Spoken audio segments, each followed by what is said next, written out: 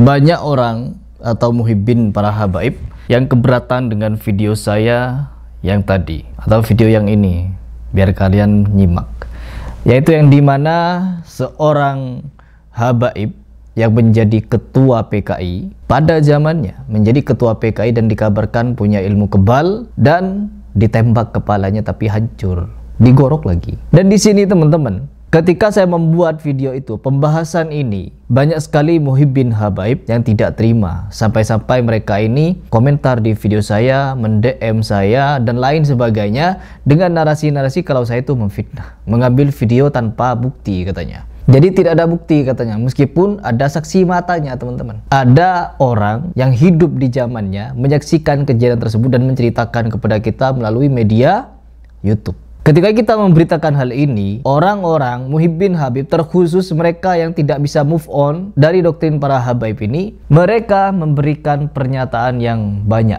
konyolnya. Dan saya di sini ingin menjawab. Saya tidak ingin membaca satu persatu dan menunjukkannya kepada kalian karena saking banyaknya. Jangankan mereka, tantangan saya saja kepada Habib Bahar Smith ini, penontonnya sudah 3 jutaan. Tapi sampai sekarang tidak ada jawaban sama sekali. Itu tandanya mereka ini pengecut teman-teman. Ketika pernyataan mereka dipertanyakan kebenarannya, ya mereka pengecut. Bikin video begini begitu, tapi apa? Outputnya kekonyolan. Silat-silat muridnya Habib Bahar Smith. Silat-silat. Itu siapa namanya? Harry Pras. Dikira kalau saya pesilat tentang ribut gitu, tentang fight. Ya tidak. Saya hanya menentang kepada Bahar Smith untuk menjadi seorang penceramah yang gentle, berani untuk memberikan bukti terhadap apa yang saya tanyakan, yaitu dalil yang dia sampaikan dari mana asalnya. Itu saja. Tapi tidak perlu khawatir teman-teman. Karena apa? Jangankan kepada dalil yang saya pertanyakan, kepada nasabnya saja dia salah-salah. Dia menyebut nasabnya keturunan ke-28, 29, 32, 35, 38, 39, 400, 4000, terserah mau berapapun, intinya salah-salah. Menyebut nasabnya saja salah-salah, apalagi dalil. Tidak perlu tanggung jawab, tidak perlu. Karena skillnya ribut teman-teman. Kalau perkara keributan dia ready. Tapi kalau mau dites boleh, ayo tes satu-satu, jangan ayo. Kalau main-main, saya ajarin cara mainnya bagaimana. Tapi kalau perkara ilmu, seperti yang dikatakan oleh Maisal Bantani, Bahar Smith ini ulama apa preman? Ditantang untuk menerangkan kitab tidak berani, dan ditantang ribut berani. Muhibbinnya sendiri. Dan sekarang, ketika kalian meminta bukti kepada saya, apakah habaib itu ada yang benar-benar keturunan PKI atau mereka memang PKI? Atau bagaimana sampai sekarang ini ada habaib yang seolah-olah menentang PKI? Padahal negara di mana mereka berasal dulunya adalah negara komunis. Ingin tahu seperti apa buktinya? Ini videonya. Jangan nuduh orang Cina itu PKI. Dasarnya apa? Kalau dasarnya itu bahwa orang Cina berasal dari Tiongkok yang negara komunis, Yaman Selatan juga negara komunis. Orang Cina itu berbeda dengan orang Yaman. Orang Cina itu datang ke Indonesia sebagai pedagang dan investor, menciptakan jutaan lapangan pekerjaan.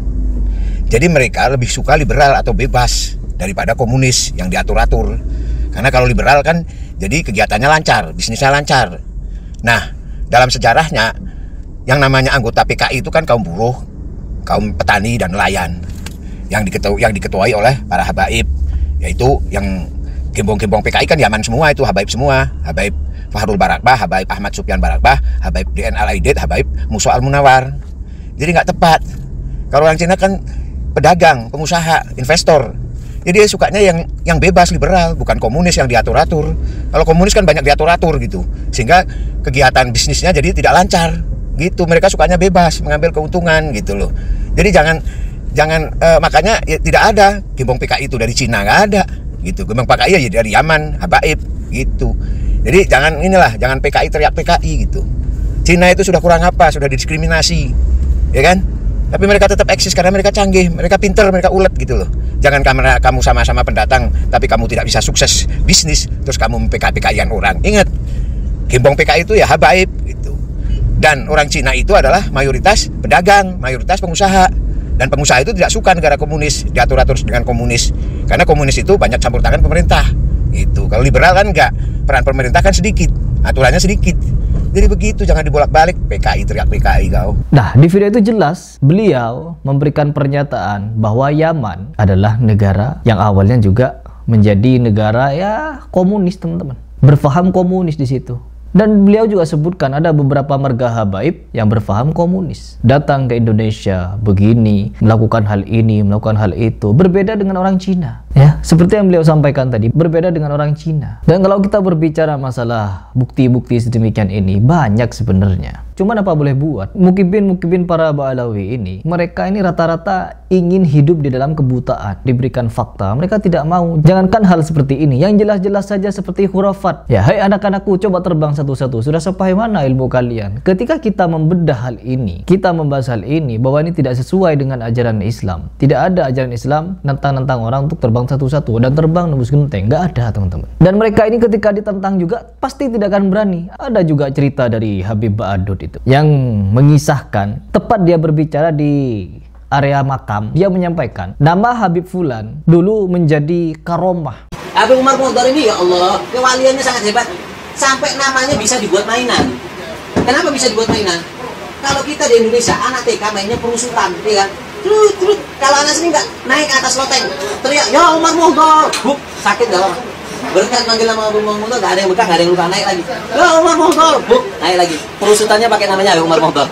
Karena seperti yang kita katakan tadi, beliau termasuk sahibul darat, orang yang paling cepat kalau dipanggil. Ya, saking yakinnya bahwa si Fulan, Habib Fulan itu sesepuhnya mereka ini berkeramat, namanya saja bisa menyelamatkan nyawa orang. Nyebut Habib Fulan, lompat dari ketinggian, hidup, nggak mati, teman, nggak patah tulang, nggak. Ada berbagai macam cerita sedemikian rupa, dan ketika kita menentang mereka, kalau mereka memang percaya kepada cerita tersebut, coba buktikan. Cari gedung tertinggi, sebut nama Habib yang dimaksud, lompat. Apakah akan terbukti? Ya tidak. Diminta pembuktian, ya tidak akan berani mereka. Mulut cuma, cerita cuma, untuk membodohi umat. Mereka ini jago untuk membodohi umat. Mereka bukan mencerdaskan umat, tidak, membodohi umat. Dan kalau kita membahas hal seperti ini, pasti kita disangka kurang jauh ngajinya, kurang kental ngopinya. Sekarang coba kita tantang ramai-ramai para habaib itu yang menceritakan Habib Fulan, keramatnya, namanya disebut ketika mau dilompat, lompat di ketinggian selamat. Kita tantang satu-satu mereka itu. Cari gedung tertinggi, gak perlu tinggi, tinggi 10 meter, 12 meter saja. Sebut nama Habib Fulan, lompat. Kalau gak patah tulang, gagar otak. Kalau selamat dari keduanya, top. Berarti memang benar berkeramat namanya. Banyak orang yang emosi kepada saya ketika saya membahas, ketua PKI ternyata Habib Fulan. Enggak, buktinya ada, videonya ada, pernyataannya ada. Apa lagi? Mau apa lagi kalian? Dan satu hal yang paling penting, ketika kita membahas hal seperti ini, menyadarkan lalat bahwa bunga lebih wangi daripada sampah, tidak akan bisa. Sama halnya kepada para muhibbin. Ketika mereka sudah terdoktrin oleh para Ba'alawi, mereka akan sulit untuk disadarkan. Kecuali seperti saya, mau berpikir, mau pakai otak. Jangan salah.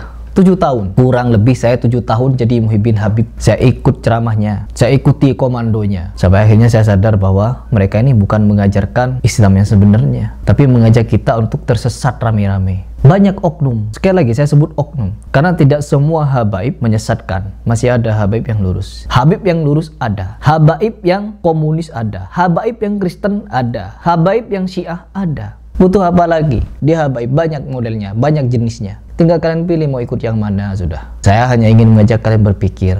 Mikir kalau mau mikir. Terutama bagi kalian yang tidak terima dengan video saya bahwa ada salah satu habib yang menjadi ketua PKI, silahkan berpikir dulu. Sebelum komentar, pikir.